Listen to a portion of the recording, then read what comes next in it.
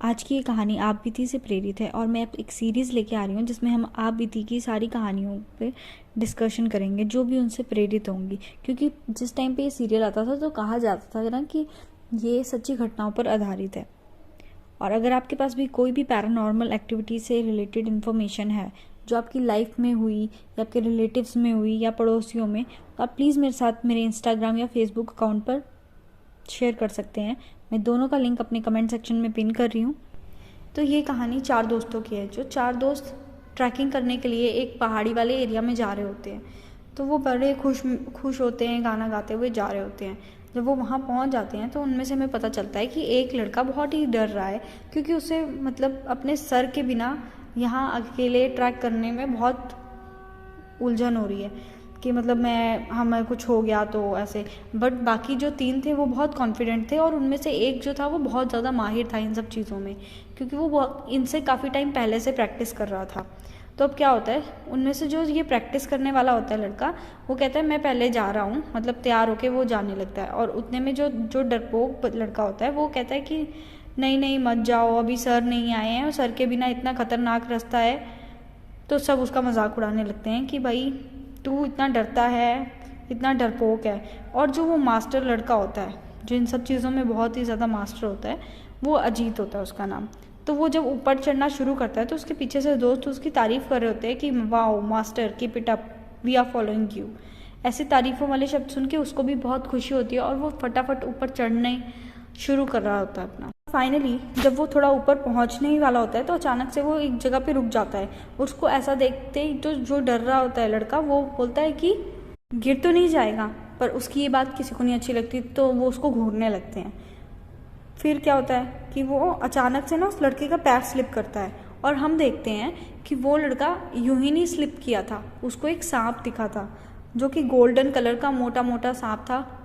और उसको देखते ही वो इतना डर गया था कि उसका पैर स्लिप कर गया। और ये लोग पीछे से बुला रहे हैं जब पैर स्लिप करता है कि अरे अजीत क्या हुआ, क्या हुआ, तेरे को क्या हो गया, तू क्यों स्लिप कर गया, और कुछ चाहिए क्या तुझे।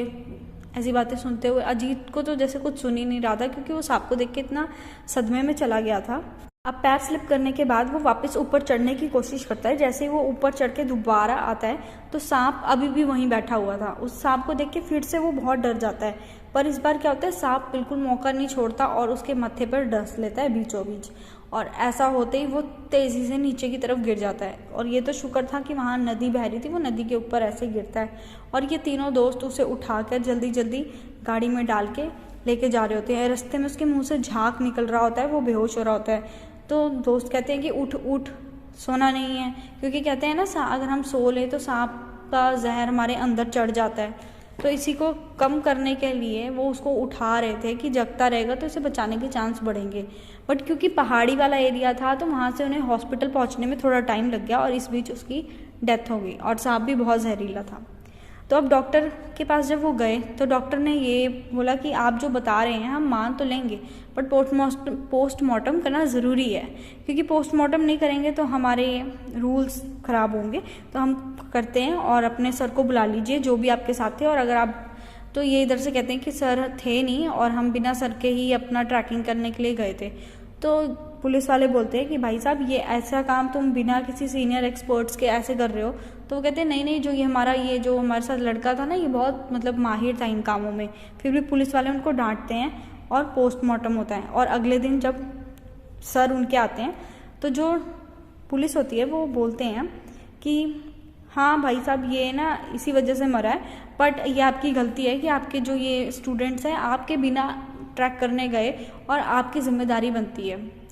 तो वो भी सॉरी सर और ये कह के कहते हैं कि भाई मेरी गलती, मेरे को पता था नहीं था, मेरी कार ख़राब हो गई थी तो इस वजह से मुझे ये ऐसे नहीं आ पाया मैं टाइम से। और उधर भी डॉक्टर कहते हैं कि ये जो सांप था ये बहुत ही खतरनाक था, इस सांप के काटने से ही इसकी मौत हुई है, गिरने से तो नहीं हुई। बट ये सांप इतना जहरीला था कि उसके बाद कोई चांस ही नहीं बचता था कि ये बचेगा। उसके बाद क्या होता है, जब ये लोग वहाँ से पुलिस से बात करके, अब पुलिस बोलती है कि आप लोग ना जब तक हम पूरी क्लैरिफिकेशन नहीं कर लेंगे, आप लोगों को जाने का इजाज़त नहीं देंगे, तब तक आप लोग जा नहीं सकते कहीं, आप यहीं रहिएगा। तो जो भास्कर जो उनका सीनियर होता है वो कहता है कि आओ तुम सब लोग मेरे साथ चलो, डाक बंगले में रहते हैं हम। क्योंकि वो बहुत अच्छी जगह होती है, बहुत मतलब पेड़ पौधों के बीच में बहुत सुहानी सी जगह, 1 फ्लोर का मंजिल होती है। वहाँ चलने के लिए कहता है कि बहुत मतलब काफ़ी रूम्स हैं और बहुत अच्छा खुला डुला एरिया है, तो हम वहीं चलते हैं। तो जैसे ये लड़के ये बात सुनते हैं कि वो अपना डाक बंगला, नहीं नहीं हम डाक बंगले में नहीं जाएंगे। वो कहते हैं कि डाक बंगला ना बहुत भूतिया सा लगता है, हम ना मराइन लॉन्च में जाएंगे। तो मराइन लॉन्च कहते हैं सर वो उसके पास भी है और काफ़ी अच्छा भी है, आप वहीं चलिए। तो वो सर उनके जो होते हैं वो ये कहते हैं कि मैं जब भी आता हूँ ना, मैं डाक बंगले में रहता हूँ और भूतिया जैसा वहाँ पे कुछ भी नहीं है, मेरा ये रूटीन ही है और मैं यहाँ कोई तुम्हारे साथ थोड़ी ना पहली बार आया हूँ, मैं तो यहाँ कई बार आता हूँ और बच्चों को ट्रेनिंग देता हूँ और मैं अपने डाक बंगले में ही रहता हूँ और अपने साथ बच्चों को भी वहीं रखता हूँ, तो कोई ऐसी दिक्कत वाली बात नहीं है, तुम भी वहाँ चल के रह सकते हो। पर वो जो लड़के थे वो डाक बंगले के नाम से इतना डर गए थे कि वो कदम ही नहीं बढ़ाते। वो कहते हैं नहीं नहीं हम तो मरीन लॉन्च में ही रहेंगे, हमने नहीं जाना कहीं पे भी, हमें वही पसंद आया है, हम वहीं रहेंगे। तो इसके बाद क्या होता है, जब ये होता है अपना भास्कर ना अपना गाड़ी लेके उस सुहाने से एरिया में पहुंच चुका होता है। अब वो आज एरिया इतना सुंदर आज भी था, दिन में तो वहाँ की खूबसूरती का कोई मुकाबला ही नहीं था और कोई बता ही नहीं सकता था कि ये कितना सुंदर लग रहा है। तो उसके बाद ना वहाँ से आवाज़ आती है, नहीं ये जो भास्कर होता है ये गाड़ी से उतर के ना करण सिंह कह के बुला रहा होता है। तो उस समय ना उसके वहाँ पे बैंगल्स खड़कने की आवाज़ आती है, एक औरत के बोलने की आवाज़ आती है कि भाई आइए ना आइए, मैं आपका इंतज़ार कर रही थी, आइए सर अंदर आके बैठिए, मैं आपके लिए ही इंतज़ार कर रही थी, और बार बार ऐसी आवाज़ें आने लगती हैं। तो वो कंफ्यूज हो जाता है थोड़ा कि करण सिंह के यहाँ इसमें चौकीदार था और इसके कोई औरत तो थी नहीं, तो ये आवाज़ें कैसे आ रही है। तो वो उस आवाज़ को फॉलो करता करता ना अंदर चला जाता है। जब वो अंदर जाता है वहाँ पे ना हमें सीन के पीछे से दिखाया जाता है कि जब वो पीछे चला जाता है तो एक जो खिड़की टाइप बनी होती है, बस उसमें खिड़की नहीं लगी होती, वो खाली एरिया होता है और ना ही कोई शीशा लगा होता है, कि एक औरत का हाथ आता है, उसमें चूड़ियाँ वगैरह होती हैं जिससे हमें पता चलता है कि एक औरत का हाथ है। उसको देखते ही मतलब जैसे ही वो उसको एहसास होता है कि मेरे पीछे कोई है, तो जैसे ही वो मुड़ता है वैसे ही वो गायब हो जाता है। भास्कर और अंदर अंदर जा रहा होता है पर वो उस आवाज़ का पीछा करते करते उसको कुछ मिलता नहीं है और फिर वो वापस वहीं पे आ जाता है और हमें पीछे से एक मिरर दिखाया जाता है जहाँ पे वो लड़की दिखाई जाती है, उसका फेस नहीं दिखाया जाता, वो पीछे से लाल कपड़ों में दिखाई जाती है। उसके बाद भास्कर अपना ना गाड़ी में से सामान निकाल रहा होता है और जैसे ही वो डिग्गी बंद करता है तो उसके सामने एक आदमी खड़ा होता है।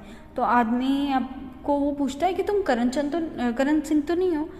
फिर वो कहता है नहीं नहीं मैं फूलन चंद हूँ, मैं यहाँ का ना नया चौकीदार हूँ और करण सिंह की ना शादी हो गई थी और उसके बाद वो अपनी वाइफ के साथ हनीमून पे गया था और ऐसे करके वो चला गया है कुछ टाइम के लिए, पता नहीं वो कब आएगा और कब नहीं आएगा। तो ये बातें होती ही वो उसको अंदर लेके जाता होता है। तो फिर जो ये भास्कर होता है, भास्कर कहता है अंदर कोई औरत है क्या, मुझे किसी औरत की आवाज़ आई।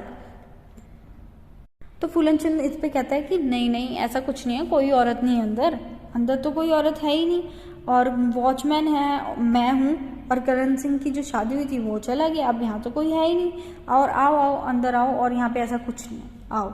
फिर उसके बाद वो ना भास्कर को कहता है आप ना फ्रेश हो लीजिए और उतनी देर में ना मैं खाना बना लेता हूँ, और इधर ना वो लौकी लेके अपनी काटना शुरू करता है। पर जब वो ऐसा करता है तो अचानक से ना काटते काटते सारे बर्तन हिलने लगते हैं, जो हैंगर्स वगैरह में टंगे हुए चमचे होते हैं वो सब हिलने लगते हैं ज़ोर ज़ोर से, और जैसा ही ऐसा होता है तो वो डर के मारे ऊपर की तरफ जैसे देखता है और फिर उन सबको हिलता हुआ देख के जैसे आदमी को लगता है कि हम भ्रम हो गया, तो अपनी आंखें मलने लगता है। आंखें मल के जब वो दोबारा देखते हैं तो सब कुछ वैसे ही शांत हो गया होता है। तो ऐसे होते फिर वो अपना गाना गाता हुआ अपना घिया काटने लगता है, वो सोच के कि मुझे शायद भ्रम हुआ होगा। और इसके बाद क्या होता है कि ना हमें दिखता है कि जब वो घिया काट रहा था तो बगल से एक लेडी का हाथ आके उस एक टूटी खोल देता है और उसमें से पानी निकलने लगता है। इसको देखते ही उसको ऐसा लगता है कि यार ये टूटी कैसे खुल गई, क्या हो गया। जैसे ही वो टूटी बंद करता है उसके बाद फिर से वही होता है, सारे चमचे सारे कबर्ड्स वहाँ के जो भी किचन में रखे थे बंद खोल होने लगते हैं और चमचे हिलने लगते हैं। सबको देख के ना फूलन चंद हमारा बहुत डर जाता है और वो ज़ोर ज़ोर से ना भास्कर जी को बुलाने लगता है कि सर सर यहाँ पर कुछ है, यहाँ पर कुछ है, आप जो कह रहे थे बिल्कुल सही है। और भास्कर भी वहाँ से फिर उसकी आवाज़ सुन के जल्दी जल्दी में आता है और देखता है कि क्या हो गया, ये इतना घबरा क्यों रहे हैं। तो जाके खोलता है किचन का गेट, क्योंकि वो जो अपना फूलन चंद होता है वो इतना डर गया होता है कि वो किचन का गेट भी नहीं खोल पा रहा होता है। और वो अब भास्कर को कहता है यहाँ पे ज़रूर बहुत कुछ गड़बड़ है और मैं तो यहाँ से भाग रहा हूँ, आप भी यहाँ से भाग जाइए, यहाँ पे रहने लायक एरिया नहीं है। तो भास्कर कहता है मैं किसी ऐसी चीज़ में मानता नहीं हूँ और ये यहाँ पे मैं पहले भी रहा हूँ, ऐसा कुछ नहीं है। तो कहता है नहीं सर, मैं आपको कह रहा हूँ ना यहाँ पे कुछ गड़बड़ है, तो आप चलिए यहाँ से, जल्दी जल्दी करिए। और उसके बाद क्या होता है, जो अपना फूलन चंद होता है वो तो वहाँ से हाथ पैर धो के भाग चुका होता है। अब वो वापस वहाँ ऐसे भागा होता है कि मुड़ कर ही नहीं देखेगा। और इधर हमारा भास्कर, ये बहुत ही कॉन्फिडेंट पर्सन था और बहुत ही अच्छा इंसान था, इसको किसी भी इन सब चीज़ों से इंटरेस्ट भी नहीं था और इन पर यकीन भी नहीं था। तो भास्कर ना अपने रूम में बैठा होता है, तभी ना उसे अपने कबर्ड में फिर काम आता है। तो कबर्ड में अपना काम मतलब अपना कपड़े वगैरह निकाल रहा होता है और उतने में ही जैसे कबर्ड के अंदर वो घुसा होता है, हमारे अगल बगल जैसे अलमारी खुली हो पूरी, तो साइड से हमें कुछ दिखेगा नहीं। और उसी समय ना एक औरत का हाथ दिखाया जाता है, फिर से वो थाली आती है और थाली रख के वो बोलती है कि सर आपका ना खाना आ गया है। और वो खाना बिल्कुल ही फ्रेश दिखने में होता है। और ऐसा होते देख वो बंदा, भास्कर ने जैसे आवाज़ सुनी, एक बार तो उसने बोल दिया कि हाँ ठीक है, मेरा खाना रखा है, मैं खा लूँगा। पर उसको तुरंत ही ध्यान आता है कि यहाँ तो कोई है ही नहीं, यहाँ तो करण सिंह भी नहीं है, ना तो उसकी वाइफ है, कोई भी नहीं है, और वो फूलन चंद भी भाग गया। तो ये खाना देने वाली औरत कौन है? तो वो ना उसका पीछा करता करता करता बाहर जाने लगता है। तो जैसे ही वो बाहर की तरफ जाता है तो इस बार हमें वो औरत दिखाई देती है, वो औरत जिसने पूरे लाल ड्रेस पहनी होती है। और सीन कट के दूसरी तरफ आता है जहाँ पे ये तीनों लड़के आराम से कमरे में बैठकर अपने मस्ती कर रहे होते हैं। तो क्या होता है, अचानक से ना इनका गेट नॉक होता है कि भाई नॉक हो रहा है। तो एक बंदा खोलने जाता है और इस बार ये वो लड़का होता है जो थोड़ा डरपोक भी होता है। तो उससे इन्हें कोई खासी उम्मीद भी नहीं होती और उस पर कोई भरोसा भी नहीं होता। तो जैसे ही वो गेट खोलता है तो वही गोल्डन कलर का सांप मोटा मोटा ऊपर खड़ा होता है कि जैसे वो अभी डस लेगा इसे। और ऐसा देखते ही वो इतना डर जाता है, ना तो वो गेट बंद कर पाता है और बस सांप सांप सांप सांप करने लगता है। और इसके बाकी दोस्त बोलते हैं तू पागल है पागल है। फिर जब वो आके देखते हैं तो उन्हें कोई सांप नहीं दिख रहा होता, पर उस आदमी को सांप दिख रहा होता है। अब वो उसको डांटने शुरू कर देते हैं कि तू पागल है। वो कहता है नहीं यार, तू ये मुझे काट लेगा, फटाफट गेट बंद करो, गेट बंद करो। हालांकि इन्हें कोई सांप नहीं दिखता, पर उसे सांप दिख रहा होता है। अब इसके बाद क्या होता है, ये लोग सब अपना बैठ जाते हैं। फिर वो कहते हैं चलो यार हम सर के पास ही चलते हैं, तुम भी यहाँ फालतू में डर रहे हो, हम जो ट्रैक करने आए हैं ट्रैक करते हैं और अपना आराम से अपने अपने घर जाएंगे। तो इसके बाद क्या होता है, इधर से ये लोग पहुँच जाते हैं और वो यही समय होता है जब ये भास्कर अब उस औरत के पीछे पीछे आता है। इसके बाद ये इन तीनों लड़कों को बताता है जो भी इस घर में जब से वो आया उसके साथ हुआ। तो उसके दो जो स्टूडेंट्स थे वो कहते हैं सर ऐसा क्या होगा, ऐसा तो नहीं हो सकता। और वो औरत कौन थी, अब वो औरत कौन थी तो इनको क्या ही बताएं। इसके बाद क्या होता है कि ये अपना रूम में चले जाते हैं कि भाई चलो चलो खाना लगाया है तो सर आप खाना खा लो, हम तो खाना खा के ही आए हैं और चलते हैं वहीं थोड़ा आप रेस्ट कर लो और उसके बाद हम ट्रैक करने चलेंगे। तो इतना कहते ही जब वो अंदर जाते हैं तो अंदर जाके जब देखते हैं तो वहाँ खाना ही नहीं होता, जबकि साफ साफ दिखाया गया था कि वहाँ पे खाना रखा था। अब ऐसा देखते ही सब लोग चौंक जाते हैं और ये भी बोलते हैं कि सर आपको धोखा पड़ गया होगा ऐसे ही। तो फिर जब ऐसी वैसी बातें होने लगती हैं तो सर भी सोचते हैं यार मुझ में ही कुछ गड़बड़ हुई होगी। पर अब वो खाना खा के अपना ट्रैक करने निकल जाते हैं। अब अगला दिन आता है, अब पुलिस वहाँ पे आके बोलती है कि हमने सारी अपनी इन्वेस्टिगेशन कर लिया, आप क्लियरिफाई हैं और ये सांप की वजह से डेथ हुई है, तो अब आप कहीं भी जा सकते हैं, हम आपको नहीं रोकेंगे और जहाँ मर्जी जाइए। भास्कर बोलता है कि सर आपको और कोई मदद की ज़रूरत हो तो मुझे बताइएगा ज़रूर, मैं भी निकल जाऊँगा यहाँ से। अब मेरा भी इन बच्चों को मैंने ट्रैक करवा दिया है और मुझे और भी काम है।